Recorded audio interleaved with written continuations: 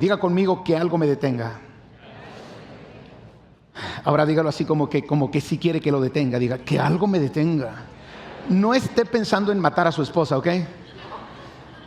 O matar a su esposo. Que algo me detenga para no matarlo. No. Que algo me detenga de no pecar contra Dios. Que algo me detenga de no fallarle a Dios.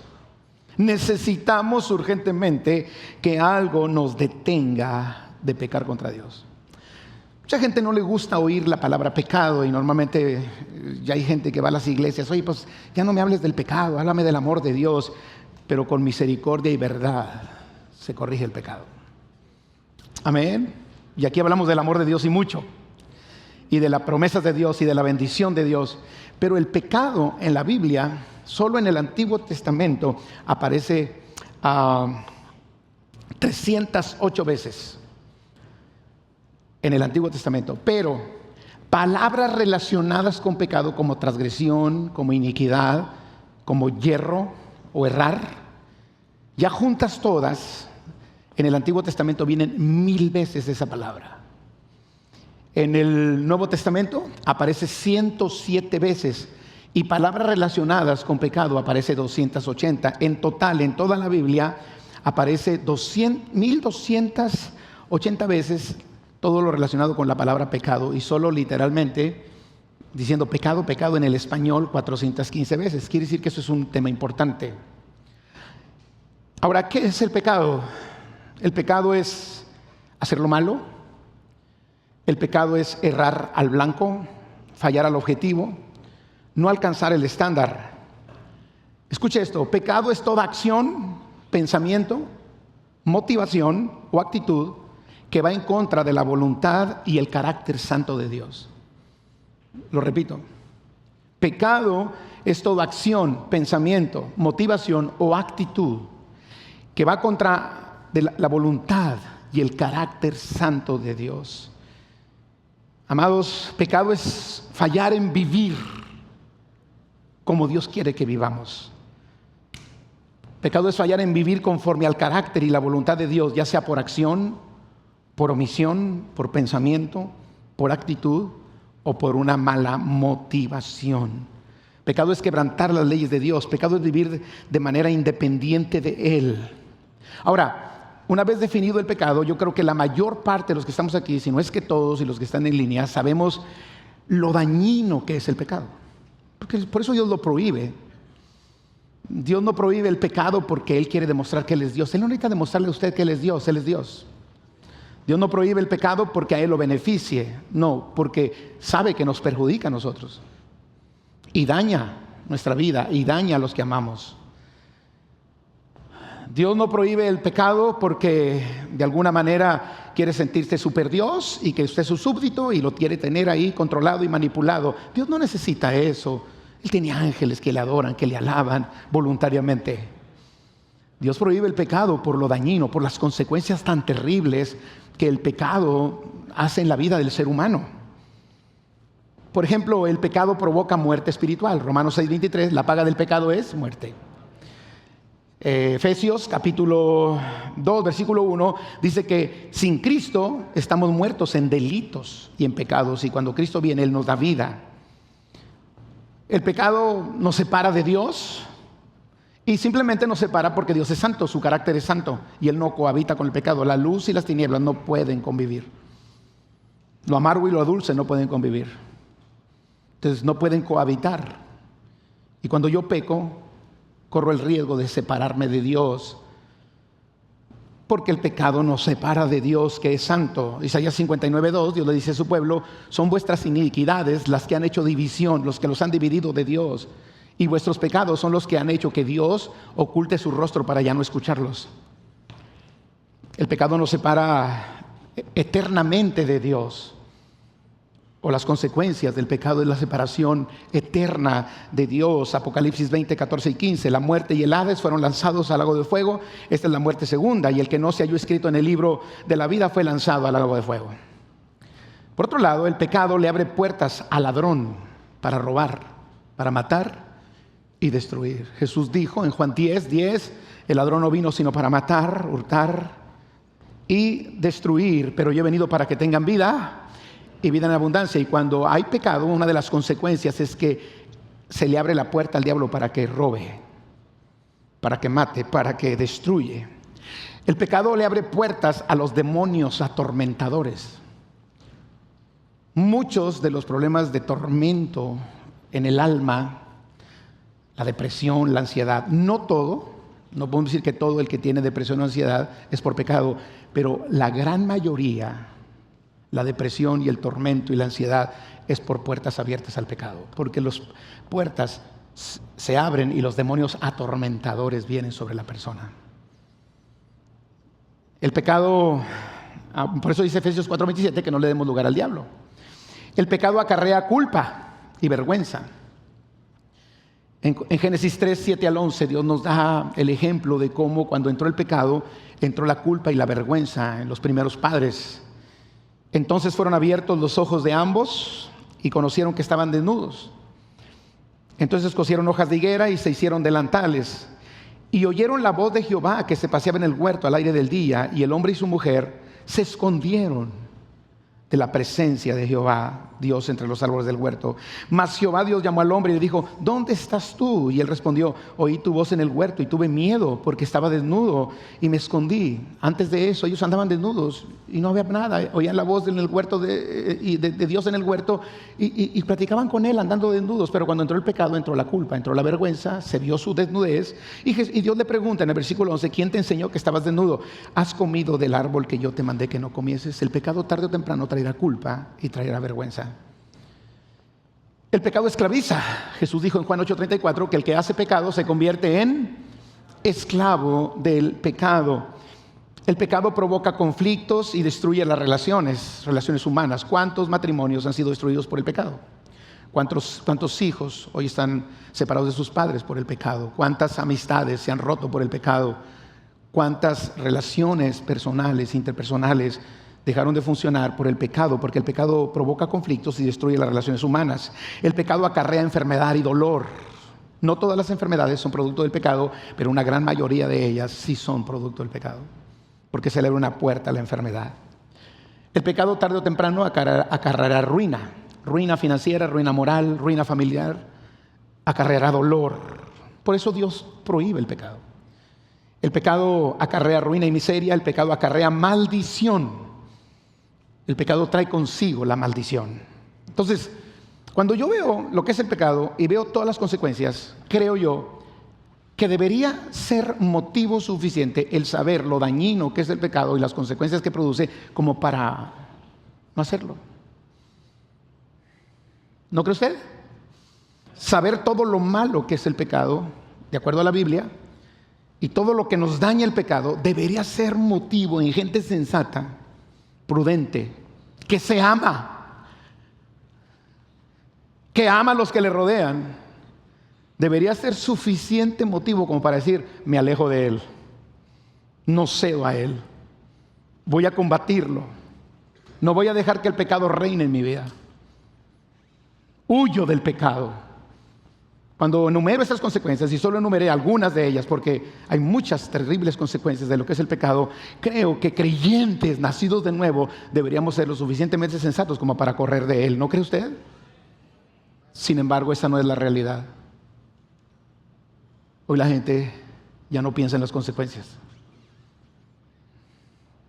Mucho creyente en Cristo está pecando, porque las consecuencias no han tenido el poder para detenerle. Se atiende a las consecuencias cuando ya se tienen, cuando ya perdimos, cuando ya le abrimos una puerta al diablo, cuando ya perdimos el matrimonio, cuando ya perdimos el propósito, cuando ya entramos en la culpa. Y creo que en el siglo XXI, donde estamos ahora, no sé si en siglos pasados y con nuestros antepasados funcionaría esto de las consecuencias, pero creo que en una gran mayoría de creyentes en Cristo, el miedo a las consecuencias ya no funciona. La gente está pecando sin temor a las consecuencias. Sabe que le separa de Dios y no le importa. Sabe que le traerá daño y no le importa. Sabe que puede perder su casa, su familia, y no le importa. Sabe que puede perder su vida, y no le importa. Creo que esa es una realidad en el mundo actual, aún en la iglesia del Señor. Deberíamos tenerle un tremendo miedo, pavor y espanto a cometer pecado por las consecuencias que éste produce. Lamentablemente hoy no es así. Debieran las consecuencias terribles del pecado llevarnos a considerar evitarlo, pero no es así. Debería el amarnos a nosotros mismos. Es que si yo me amo no me quiero dañar, y sé que si el pecado me daña y yo me amo, pues no lo cometo. Entonces ni siquiera me amo a mí mismo. ¿Están conmigo? Y si no me amo a mí mismo, ¿podré amar a los que me rodean? Pues menos. Sé las consecuencias que provoca mi error y mi falla delante de Dios en los que amo. Pero hoy el pecado se comete deliberadamente. Entonces, ¿qué hacer? Diga conmigo, ¿qué hacer? Y contéstese, que algo me detenga. Pero si las consecuencias no me detienen, ¿quién me va a detener? Ahora sí que, como dijo el Chapulín Colorado, y ahora, ¿quién podrá defendernos? Bueno, por cierto, el Chapulín Colorado no viene en la Biblia. Amén. O sea, ¿qué hacer? ¿Qué me va a detener? Diga conmigo, que alguien me detenga. Dígalo con urgencia, que alguien me detenga. Dile al que está a tu lado, que algo te detenga. Necesitamos que algo nos detenga. Ahora, no quiere decir con esto que no hay que tenerle temor a las consecuencias. Claro, hay que tenerle temor a las consecuencias. Porque el problema es que valoramos lo que tenemos hasta que lo perdemos, ¿cierto o no? ¿Por qué somos tan testarudos? Dile que ¿por qué eres así? Somos tan testarudos que valoramos hasta que perdemos. ¿Por qué? Porque si Dios nos lo quiere evitar. Dios quiere evitar la pérdida, el sufrimiento, la ruina y todas las consecuencias del pecado. Entonces, si las consecuencias no me detienen, ¿habrá algo más poderoso que me pudiera detener? Diga conmigo, sí lo hay. Y no es porque no tengamos miedo a las consecuencias, porque hay que tenerle. Yo le tengo miedo a las consecuencias. Dile que está a tu lado, yo con cachetaditas tengo, mi hermano. Pero hay gente que no le tiene miedo a las consecuencias y peca deliberadamente y levanta sus manos. Yo sé que en esta reunión no sucede, gloria sea al Señor, porque todos están casi volando, entraron flotando este día a la iglesia. Pero hoy adoraron y mañana están metidos en el charco del pecado. O saliendo de aquí. Entonces, ¿qué nos va a detener? Yo quiero darle algunas cosas, de acuerdo a la Biblia, que son poderosas para detenernos. ¿Cuántos dicen que alguien me detenga? A ver, ¿cuántos lo dicen con conciencia? Que alguien me detenga. Que algo me detenga. Que algo me detenga. Y número 1, lo acabamos de aprender en el versículo 6 de Proverbios 16. Con misericordia y verdad se corrige el pecado, y con el temor de Jehová los hombres se apartan del mal. Diga conmigo, temor a Dios. Creo que cuando un creyente que conoce a Dios deliberadamente peca es porque perdió el temor a Dios. Yo creo, amados, que necesitamos nunca perder nuestro temor santo y reverente delante del Señor. Cuando un creyente con conocimiento peca, es porque perdió el temor a Dios. ¿Y por qué digo que cuando un creyente con conocimiento peca? Porque el que ignora no sabe. El que sabe con conocimiento es porque dejó de tener un temor santo y reverente delante del Señor. La NTV dice, con el temor del Señor se evita el mal. La Nueva Traducción en el lenguaje actual dice, uno se alejará del mal cuando teme a Dios. ¿Qué es el temor a Dios? ¿Qué podemos decir acerca del temor a Dios?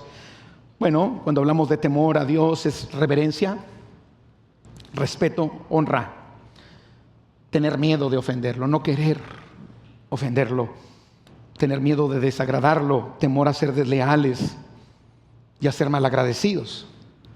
Hay varias palabras en el Antiguo Testamento, en el hebreo, para temor. Por ejemplo, está la palabra yirá, que significa reverencia. Normalmente nos referimos con reverencia, respeto, honra. Salmo 2:11, servir a Jehová con yirá. Servir a Jehová con temor, con reverencia, honra, con respeto. Proverbios 1:7, el principio de la sabiduría es el yirá, el temor a Jehová. Una persona es sabio cuando honra, respeta. Amén, a Dios, cuando le da reverencia. Otra palabra en el hebreo es yaré. También su significado principal es reverencia y respeto, el temor, yaré. Pero hay otro lado del temor que a veces no hablamos y hasta cierto punto no queremos hablarlo porque no queremos presentar a un Dios que castiga, pero debemos tenerle temor al castigo de Dios. Se han levantado doctrinas que dicen que Dios no castiga. Dios castiga el pecado, hermano. Hebreos dice que Dios castiga a sus hijos como el Padre a los suyos. Y dice, y no menosprecies la corrección y el castigo del Dios Todopoderoso. Y se ha perdido las consecuencias del pecado, el castigo del pecado. Bueno, pastor, es que Cristo ya llevó mi castigo en la cruz, sí, pero si yo no quiero ese beneficio y peco contra Dios, entonces recibiré lo que me toca. Padre bendito. La Biblia dice que no menospreciemos la disciplina del Señor, que Dios al que ama lo corrige y azota al que recibe por hijo. Y sí, Cristo ya llevó mi castigo. ¿Cuántos saben que Cristo ya llevó el castigo? Pero si yo no quiero meterme por el camino de Cristo, entonces ¿por dónde viene el castigo? Sobre nosotros. Sí, el castigo de mi paz fue sobre Él. Claro que lo fue. Y cuando yo me arrepiento y le pido perdón a Dios, Él me libra del castigo. Pero si yo quiero seguir en mi pecado, ¿quién me va a librar del castigo? Y a veces no queremos hablar de ese Dios o de ese temor al castigo del Señor. Pero bíblicamente existe. Isaías 8:13 dice: a Jehová de los ejércitos, a Él santificad, sea el vuestro temor y Él sea vuestro miedo. La palabra temor aquí es morá, M-O-R-A, con acento en la A. Diga conmigo, morá. Y dijimos que es yirá, yaré, y diga conmigo, morá. Y morá significa miedo, espanto, terror, aterrador. Y lo que está diciendo Isaías 8:13 dice: sea Él tu miedo, tu temor aterrador, tu espanto, cuando no estás bien. Malaquías 1:6, el hijo honra al padre y el siervo a su señor. Si pues yo soy padre, ¿dónde está mi honra? Y si soy señor, ¿dónde está mi temor, mi morá? Dice el Señor de los ejércitos a vosotros, oh sacerdotes, que menospreciáis mi nombre. Entonces hay que tenerle miedo al morá. Morá, el espanto, terror. Hay otra palabra en el Nuevo Testamento, en el griego, que es phobos. Romanos 3:18. No hay temor de Dios delante de sus ojos. Y phobos habla de respeto, pero también habla de espanto, terror, miedo, temblar, amedrentar. Y hay una palabra que se deriva de phobos y es fobeo, que da el equilibrio perfecto. Sí, reverenciar, respetar, honrar, pero también temblar y temer, espantarnos por el castigo de Dios. Hoy no se quiere oír de que Dios castiga el pecado. Dios ama al pecador, pero Dios tarde o temprano castigará el pecado, porque ella lo dio todo, porque Él dio a su Hijo. Es más, hizo todo para librarnos del castigo y la muerte eterna. Dio a su Hijo unigénito, de tal manera, Dios ya lo hizo todo. Pero si yo no acepto el camino por el que Dios trazó para que yo encuentre mi libertad del castigo, tendré que enfrentarlo. La Biblia dice que Dios es bondadoso. ¿Cuántos creen que Dios es bondadoso? Pero Dios es severo. Y si no camino por la bondad de Dios, tendré que enfrentarme tarde o temprano a su severidad. Dios es bondadoso. Él es bueno. Y hoy cantamos de la bondad de Dios, ¿cierto o no? Dios es bueno. Dios es Dios de amor, de misericordia, de compasión. Pero si yo no acepto su bondad y camino en su bondad y persisto y practico y vivo en mi pecado, tendré que enfrentarme a su severidad. Gracias a Dios porque Él tiene misericordia. Y gracias a Dios porque no está con el palo que caíste y ¡ándale! No. Dios nos da chance de restaurarnos. Dios nos da oportunidad de levantarnos. Dios nos da oportunidad de arrepentirnos. Pero hay unos bien tercos que no lo quieren hacer. Dile al que está a tu lado: no seas así. Tercos. Ya deja tu pecado, déjalo. No, es que no creo que le haga mal a nadie. No, es que mi situación es particular. No, es que yo no sé. Y es que yo no conozco a ese Dios. Y es que yo en otra iglesia donde me dicen que Dios es bueno. Sí, Dios es bueno, pero también es severo. Con misericordia y con verdad se corrige el pecado. Es severo, tarde o temprano. Dice la Biblia que Dios es lento para la ira. Pero no dice que no se aira, dice que se tarda. Pero hay de mí y de ti cuando se aire. Horrenda cosa es caer en las manos de un Dios vivo. Ay, Padre Celestial, ¿para qué vine a la segunda reunión? Te aseguro que la primera estuvo peor que ahorita. Pero ¿cuál es el objetivo? Con misericordia y con verdad se corrige el pecado. Y sabes una cosa, esta mañana, yo no sé cuál sea tu condición y si has persistido en tu pecado, pero esta mañana es una oportunidad que por la bondad de Dios te está dando para que tomes decisiones, corrijas tu camino, enmiendes tu camino y no enfrentarte a la severidad de Dios. Pero si yo persisto y no quiero, también Dios es severo y hay que tener temor de Él. Temor de Dios. Temor a Dios es un respeto profundo por Dios, por su grandeza, por su amor, por lo que Él es. Es reverencia a Dios por su santidad, pero a la vez también es un miedo, un pavor de enfrentarnos a su severidad. Lo repito, temor a Dios es un respeto profundo por Dios, por su grandeza, por su amor, por lo que Él es. Temor de Dios es reverencia a Dios. ¿Cuántos le damos reverencia a Dios? Por su santidad, pero a la vez un miedo terrible de enfrentarme a su severidad. Yo prefiero toparme con su bondad que enfrentarme con su severidad. Yo prefiero encontrarme hoy con mi Salvador que el día del mañana con mi juez. Hoy es Dios nuestro Salvador, pero mañana será juez. ¿Y qué hace el juez? Castiga la maldad. Aleluya. Padre bendito. Tenemos que tener cuidado, amados. Segundo, diga conmigo, amor a Dios. Necesitamos llegar al nivel, amados, donde nuestro amor a Dios sea más grande que el deleite que el mundo o el pecado te ofrece. Porque el pecado es deleitoso, es agradable. El pecado te llama, la carne quiere. El pecado es agradable a los ojos, agradable a la vista, al corazón. Pero necesitamos llegar a un nivel donde dice, Señor, sí tengo miedo a las consecuencias de fallarte, de pecar contra ti. Pero sabes, Señor, yo no quiero que el miedo a las consecuencias sea el motor que me impulsa para no pecar. Yo quiero que sea mi temor a ti. Y quiero que lo que me detiene para no pecar es que te amo tanto que no te quiero fallar. Te amo. Ahorita estábamos cantando, te amo. No queda más que decir, te adoro. Rindo mi vida ante ti. Cristo, yo te amo. No sé dónde estuvieras si tú no me tuvieras. Si yo no te tuviera a ti. Si no hubiera conocido al Dios que me ama. Nuestro amor a Dios, amados, necesitamos desarrollar un amor a Dios tan grande que el pecado se haga a un lado porque no queremos dejar de amarlo.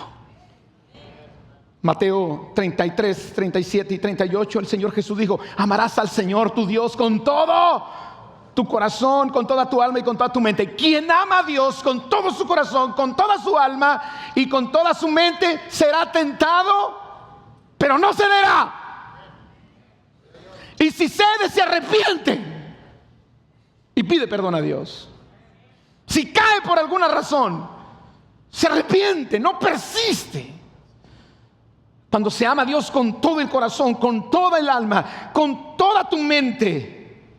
Amar a Dios debe ser la prioridad máxima en nuestra vida.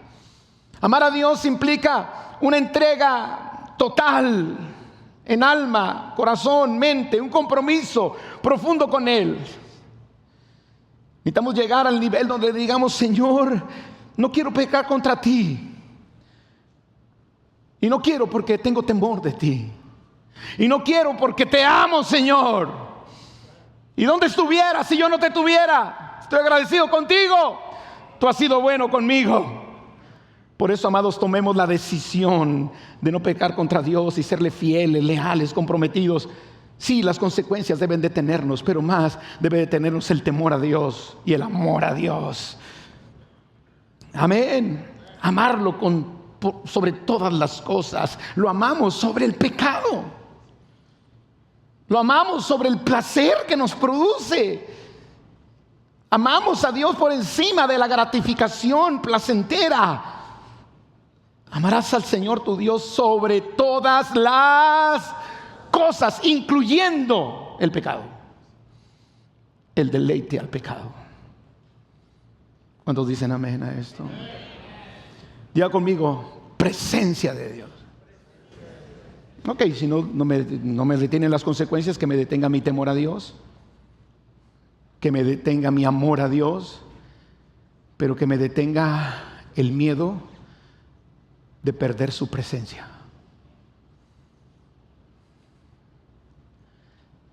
Creo que eso debe ser un espanto para nosotros, un terror. El miedo a perder su presencia. ¿Y por qué podríamos perder la presencia de Dios? Por el pecado persistente, consecuentado, iniquidad. Pues porque Dios es santo. Necesitamos amar y valorar la presencia de Dios lo suficiente como para buscar no hacer nada que nos aleje de Él. Porque sabemos que el pecado nos aleja de Dios. Y amamos tanto su presencia que no queremos separarnos de ella. Y amamos su presencia más que el placer temporal del pecado. La Biblia habla de Moisés en Hebreos 11:25, que él escogió ser maltratado con el pueblo de Dios, algo que no era gratificante, algo que no era estimulante, algo que no era agradable, pero dice que escogió mejor eso, que ser maltratado con el pueblo de Dios, que gozar de los deleites temporales del pecado. Y esa debe ser nuestra situación. Quizá mitigar la carne, hacer sufrir la carne, decirle no al pecado. Quizá te cueste, sufre, tu carne tiene que morir, pero tú prefieres eso que gozar de los deleites temporales del pecado. Amados, la preocupación más grande del rey David cuando él pecó contra Dios. Ustedes conocen, David fue un hombre conforme al corazón de Dios. David pecó contra Dios, David se arrepintió, porque gloria a Dios, cuando hay arrepentimiento, Dios es amplio en perdonar. Y peca tremendamente contra Dios. Cuando él es confrontado con la verdad, reconoce su pecado, se arrepiente, y ahí él escribió el Salmo 32 y el Salmo 51. Son salmos impresionantes. Y en el Salmo 51, ahí David le hace una plegaria a Dios impresionante. No me eches de delante de ti y no quites de mí tu Santo Espíritu. Eso es impresionante. Porque David amaba más la presencia de Dios que todo lo que Dios le había dado. Dios lo había hecho rey, Dios lo había hecho famoso, Dios le había dado riquezas, pero en un momento de falla, él peca. Pero David no le dijo: Señor, no me quites la salud. Ay, te ruego, ya la regué, Señor, no me quites la salud. Ay, ya la regué, Señor, que no pierda mi familia. Ay, ya la regué, Señor, que no pierda mi posición. Ay, Señor, fallé, que no pierda esto, aquello. Dijo: no, Señor, lo que yo más anhelo y no quiero perder es a ti. No me eches. Hoy no tenemos temor a que Dios nos eche de delante de ella. Y no quites de mí tu Santo Espíritu. Porque David sabía: todo lo que soy es por Él. Pastor de ovejas, ahora es el rey de Israel, el hombre más exitoso de su tiempo. Pero él sabía que no era por él. Él sabía que lo que le había dado todo era la presencia de Dios. ¿Y cuántos de los que están aquí dices: yo estoy convencido que todo lo que soy, todo lo que tengo y todo lo que seré y todo lo que tendré es gracias a la presencia manifiesta de Dios en mi vida? Amén. Y el temor. David, cuando peca, sintió que Dios se fue. Sintió que Dios se fue. Y dice el Salmo 32, mientras callé, se envejecieron mis huesos. Gemía todo el día, porque de día y de noche se agravó sobre mí tu mano.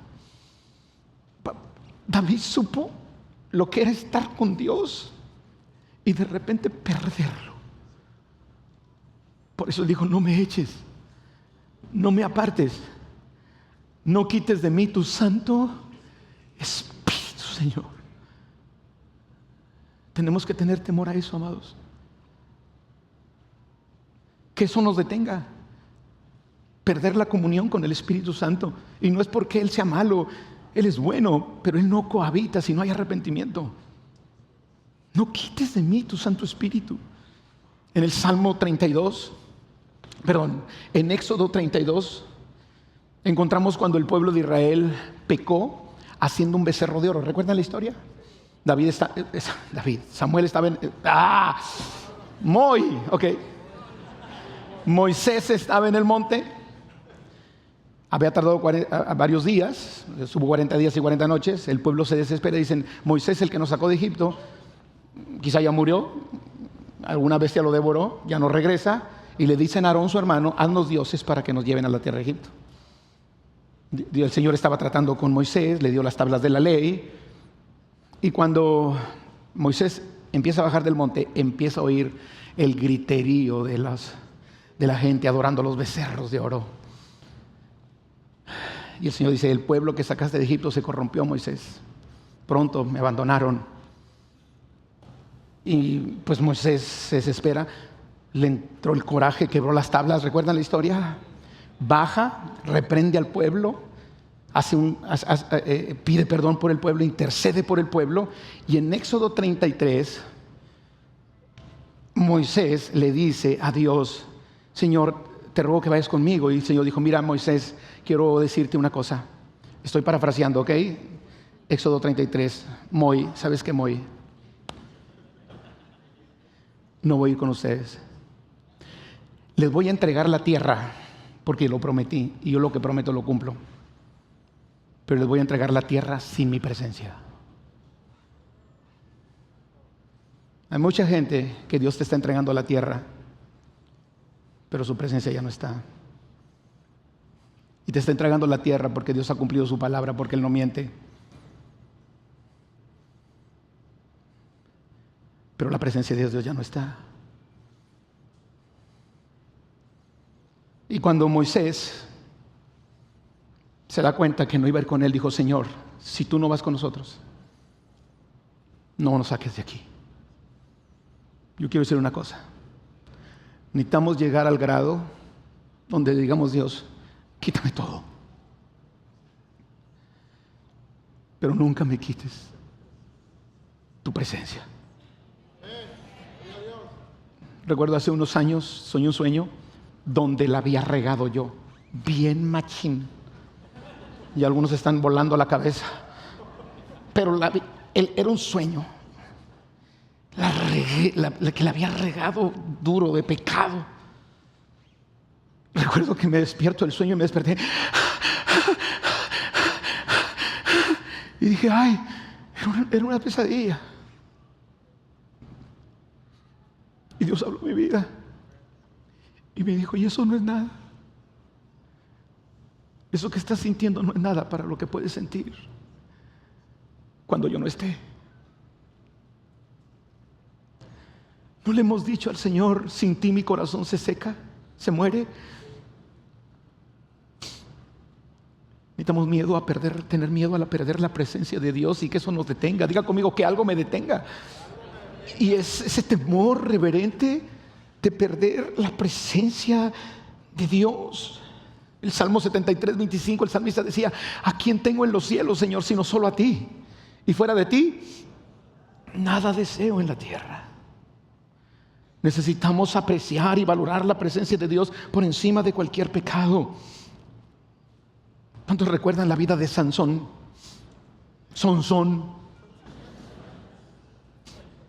Porque Dios nació de una mujer estéril con el fin de que él iba a ser el que iba a derrotar a los filisteos.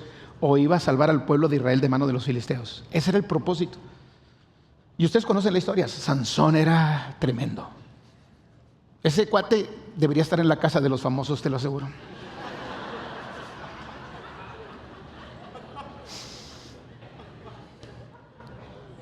Tremendo el tipo. Tremendo. Desobedecía a Dios. Y Dios es tan paciente que a pesar de que lo desobedecía, le seguía dando fuerza. ¿Recuerdan la historia? Pecó una y otra y otra y otra y otra. Yo creo que pensó, Dios es bueno. Sí, nomás que tiene un límite. Y procuremos no llegar a ese límite. Y ustedes conocen la historia. La última, usted sabe que el secreto de su fuerza, ¿qué era? El cabello. O sea, yo nunca hubiera podido ser Sansón. Nunca. Es más, ni en obra de teatro lo podría representar. Pero el secreto de su fuerza, ¿qué era? Su cabello. Pero más que todo era la obediencia a Dios. Pero como Dios llegó al límite, este hombre declara el secreto de su fuerza, le rapan sus cabellos. Y dice la escritura que cuando Dalila le dijo, Sansón, como lo había hecho otras veces, los filisteos sobre ti.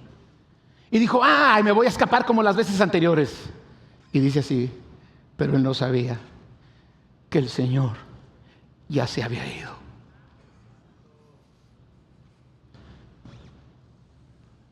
El Señor pone en mi corazón que hay personas que ya están en ese límite y pronto Dios se irá.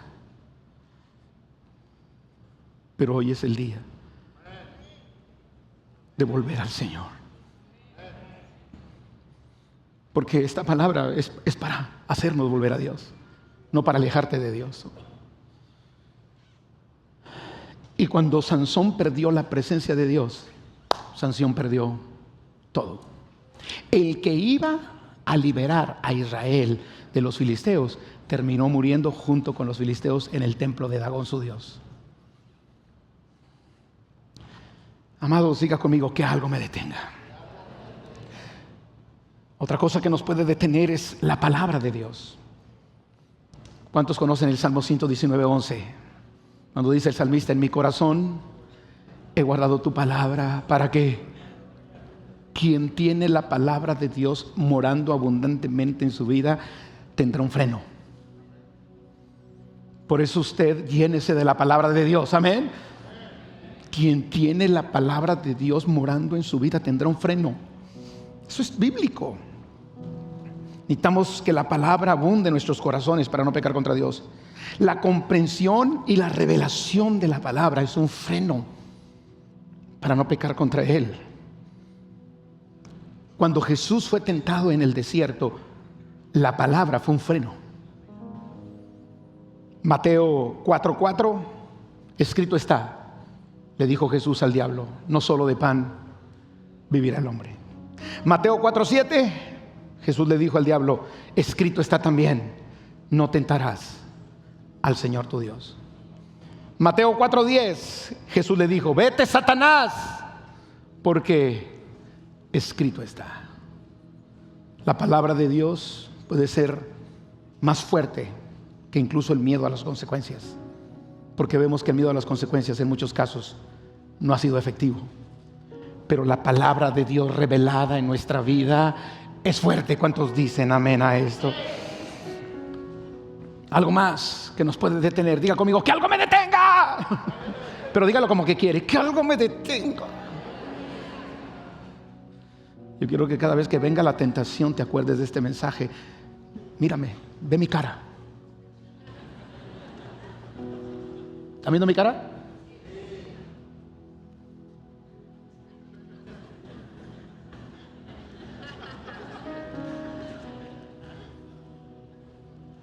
Le pido a Dios que cada vez que vayas a ser tentado se te aparezca esta cara.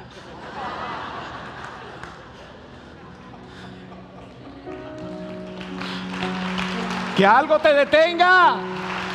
Diga conmigo, que algo me detenga. Y alguien que nos puede detener, que puede ser más fuerte y que incluso el miedo a las consecuencias, se llama el Espíritu Santo. Él es el que nos va a detener. El Espíritu Santo de Dios. Jesús dijo en Juan 16:8 que cuando el Espíritu Santo venga, dijo, va a convencer al mundo de pecado.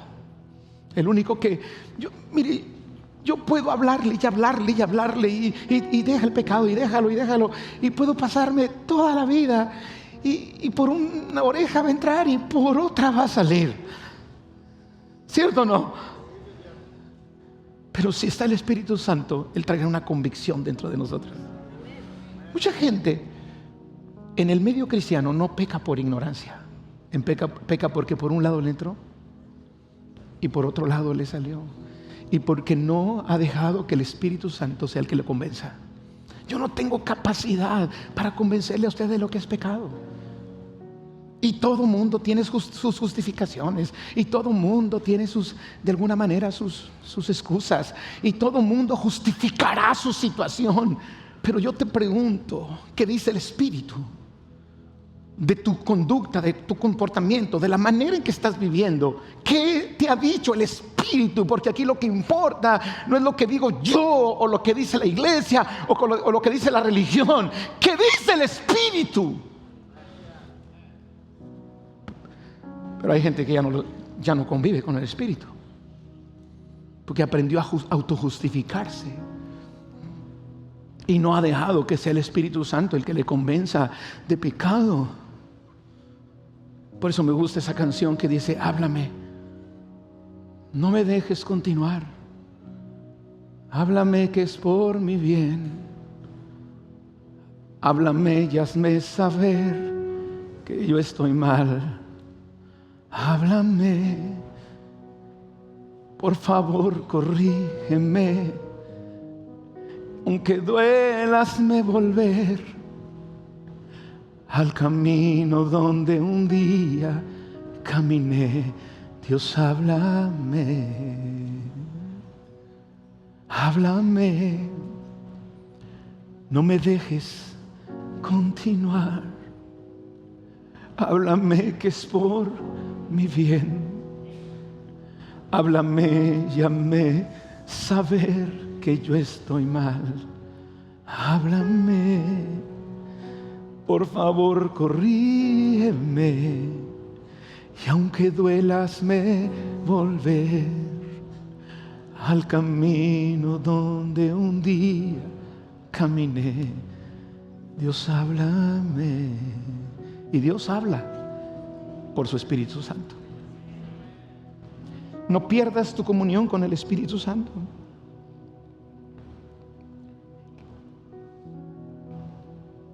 Que Él nos enseñe lo que no sabemos. Que nos dé discernimiento para no ser engañados por el mismo enemigo. No mintamos al Espíritu Santo. No resistamos al Espíritu Santo. No entristezcamos al Espíritu Santo. No ignoremos al Espíritu Santo. Y mucho menos nunca blasfememos al Espíritu Santo. Y algo más que nos va a detener. Diga conmigo, que algo me detenga. Es mi identidad en Dios y el propósito que Él tiene para mi vida. Diga conmigo, identidad y propósito. ¿Cuántos de los que estamos aquí creemos por la fe lo que dice Juan 1:12? Que a todos los que reciben a Jesús y los que creen en su nombre nos ha dado el derecho de ser hijos de Dios. ¿Cuántos dicen, esa es mi identidad, soy un hijo de Dios? Entonces yo no peco porque soy un hijo de Dios. Dice el apóstol Juan, los hijos de Dios no pecan. Y no está diciendo que no fallas, está diciendo que no persistes en el pecado. Oye, ¿por qué no haces esto o aquello? Porque soy hijo de Dios. ¿Por qué no te comportas como el mundo? Porque yo soy hijo de Dios. Si los reyes de la tierra tienen sus protocolos, ¿cierto o no? Usted no puede llegar y darle beso a la reina. ¿Cómo está? La señora rápido dice, Hubo un político aquí de América Latina que quiso darle un beso, de saludar de beso a una reina, a la reina de España. Y la señora dijo, este no es el protocolo, señor. Ay, pero no es pecado darle un besito a la reina. No. Pero ella tiene una identidad y se comporta por su identidad. Y camina de acuerdo como una reina por su identidad. y los protocolos y todas esas cosas. Es toda una profesión. Es toda una profesión, toda una maestría, todo un doctorado. Aprender los protocolos de ser un rey de un país. ¿Y por qué lo hacen ellos? Porque ellos tienen identidad, representan un país. Usted y yo representamos al reino de los cielos aquí en la tierra. Y somos hijos de Dios. Y lo que hacemos o lo que no hacemos, no lo hacemos porque me lo prohíbe, porque esto, no, lo hago por quien soy un hijo de Dios. Y algo que nos debe también detener es el miedo a perder nuestro propósito. Si hay algo que el diablo quiere hacer con el pecado, es destruir nuestro propósito. Y así como Sansón perdió el propósito, el enemigo quiere que nosotros lo perdamos. Identidad y propósito. Sé quién soy en Dios y sé su propósito. El enemigo, Satanás, en el monte de la tentación, quiso que Jesús perdiera su identidad. Por eso le dijo, si eres hijo de Dios. Jesús dijo, a mí no me pasa poner en duda si soy hijo de Dios. Yo sé que soy hijo de Dios. Pero también en el monte de la tentación, Satanás sabía que si Jesús cedía a la tentación, usted y yo no estaríamos aquí. Somos el resultado del cumplimiento del propósito de Cristo en la tierra. El enemigo sabe que si descuidas y te olvidas de la meta, del propósito maravilloso de Dios para tu vida, será más fácil caer en la tentación. Diga conmigo, tengo identidad, tengo propósito. Declare conmigo, ningún pecado, ninguna tentación robará mi identidad y ningún pecado me desviará de mi propósito en Dios. Sansón perdió su identidad, perdió su propósito y en lugar de salvar a Israel, lo repito, terminó muriendo con los filisteos. Diga conmigo que algo me detenga.